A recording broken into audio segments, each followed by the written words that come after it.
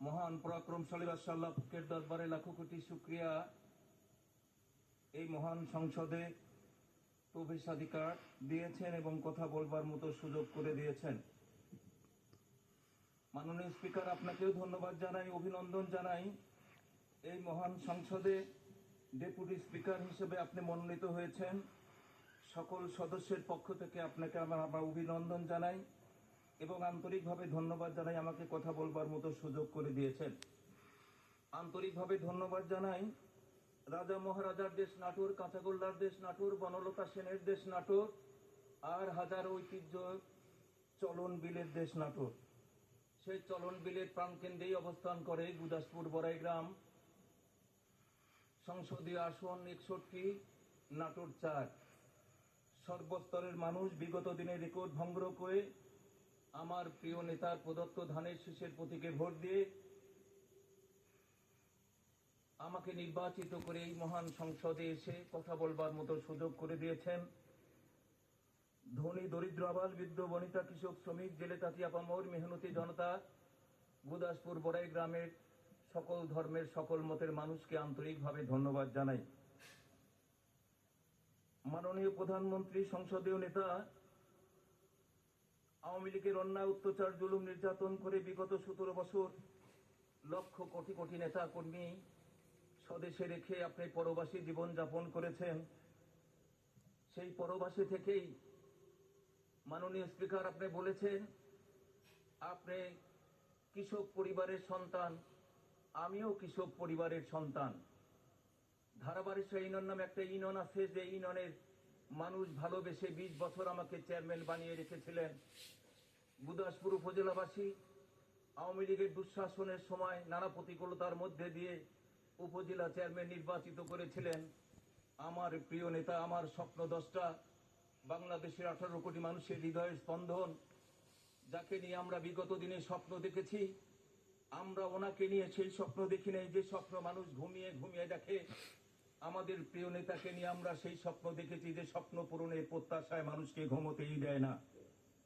সেই নেতা আমাদের সামনে বসে আছেন। প্রিয় নেতা শুধু লন্ডনে থেকে আমাকে 2018 সালে ধানের শীষের প্রতীক তুলে দিয়েছিলেন নির্বাচনের জন্য। গণতন্ত্র বিরাজমান না থাকার কারণে আমাদের নির্বাচন আলোর মুখ দেখে নাই। যদি গণতন্ত্র বিরাজমান থাকতো, জনগণের ভোট যদি জনগণ ইচ্ছা মতো প্রদান করতে পারত, তাহলে 18 সালেই আমি নির্বাচিত হয়ে এই মহান সংসদে আসার সুযোগ হতো। সেই নেতাকে আমি আন্তরিকভাবে ধন্যবাদ জানাতে চাই। 18 সালের ধারাবাহিকতা অব্যাহত রেখে 2026 সালে নির্বাচনে, ত্রয়োদশ জাতীয় সংসদ নির্বাচনে আমার ধানের শীষের প্রতীক আমার হাতে তুলে দিয়েছেন।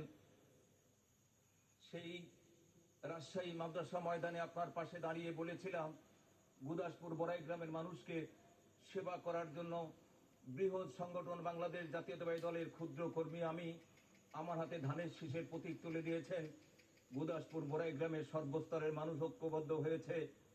সব মানুষ স্বাধীনতার সপক্ষে অবস্থান নিয়ে আগামী ত্রয়োদশ জাতীয় সংসদ নির্বাচনে নিরঙ্কুশ ভোটের ব্যবধানে আপনার ধানের শীষ বা ধানের শীষের প্রার্থীকে বিজয়ী করবে, আপনার হাতকে শক্তিশালী করবে।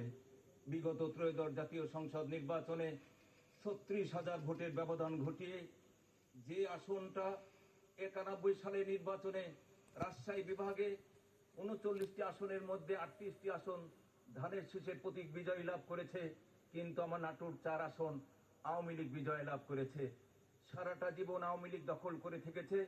এবার সেই রেকর্ড ভঙ্গ করে ধানের শীষের প্রতীকে ভোট দিয়ে আপনার প্রতি সম্মান শ্রদ্ধা রেখে 36,000 ভোটের ব্যবধানে আমাকে বিজয়ী করেছে। আপনাকে আন্তরিকভাবে ধন্যবাদ জানাই। পরম শ্রদ্ধা ভরে স্মরণ করি প্রিয় নেতা, যে নেতার জন্ম না হলে বাংলাদেশ স্বাধীন হতো না, যে নেতার জন্ম না হলে স্বাধীন সার্বভৌমত্বের বাংলাদেশ বিশ্বের মানচিত্রে পরিচয় লাভ করতে পারত না।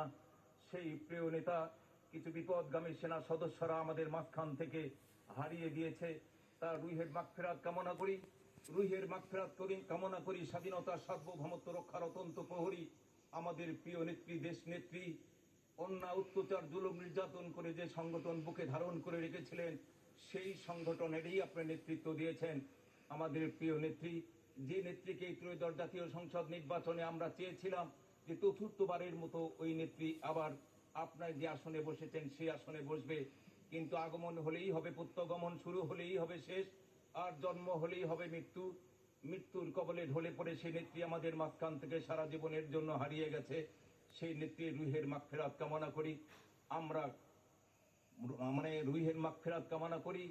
জুলাই যুদ্ধে যারা জীবন বাজি রেখে জীবনের সকল সুখ স্বপ্ন সাধনা পায়ে দোলে দুমড়ে মুচড়ে পদদলিত করে জীবন উৎসর্গ করে আমাদের জন্য নতুন একটা বাংলাদেশ উপহার দিয়েছেন, তাদের রুহের মাগফিরাত কামনা করি।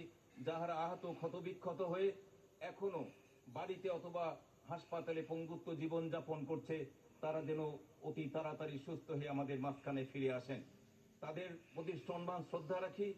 প্রিয় নেতা, প্রয়াত নেতা জনাব। ধন্যবাদ মাননীয় সদস্য। এই পর্যায়ে আলোচনায় অংশগ্রহণ করবেন চট্টগ্রাম 10 আসন থেকে নির্বাচিত মাননীয় সংসদ সদস্য জনাব সাইদ আল নোমান। জনাব সাইদ আল নোমান